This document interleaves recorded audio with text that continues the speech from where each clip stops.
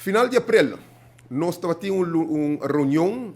Vierlanden overleg, aqui está virtual, junto com meu colega, ministro de Onderwijs de Holanda, Robert Dijkgraaf, também ministro de Curaçao, Citri van Heijdoorn, e também Rudolf Samuel, que é ministro de Enseñanza, na Sint Maarten. Arriba aqui, papia arriba Strategic Education Alliance, nós temos o nome de SI, e é parte nova que vem para estudar sucesso, com nossa papia hope de na januário, que o ministro de Holanda está na Aruba.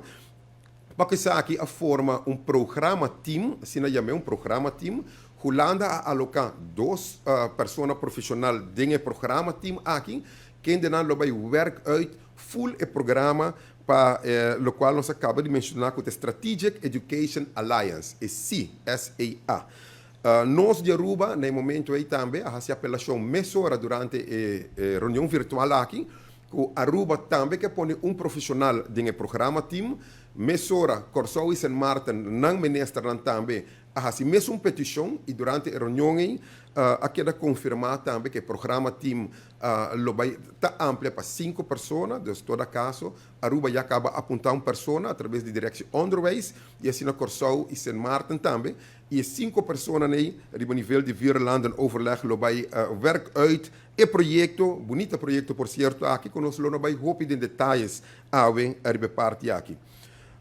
Algo outro que durante a reunião de Lanti, com Holanda, porque tinha 2 trackers no programa team, no momento não acaba, e agora nós acaba de ampliar,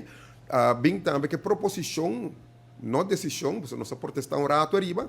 pero para a Universidade de Holanda, que forma parte do Team Holanda, junto com a Universidade de Sint Maarten, Universidade de Curaçao e Universidade de Aruba, a NAN vai fazer investigação, dus onderzoek, na 3 islas primordialmente, em questão com a labor force, a parte do labor. Se nós queremos preparar ensinança, temos que preparar nos estudantes na nível de futuro, na necessidade do setor privado, de comércio, etc. Para começar aqui, a petição de Aruba, a bem mesura na mesa com é tão bonita ideia, pero na Aruba tem departamento que não está caibodime, que é o departamento de labor, DAO, que não tem encarregado de fazer tipo de investigação no mercado laboral.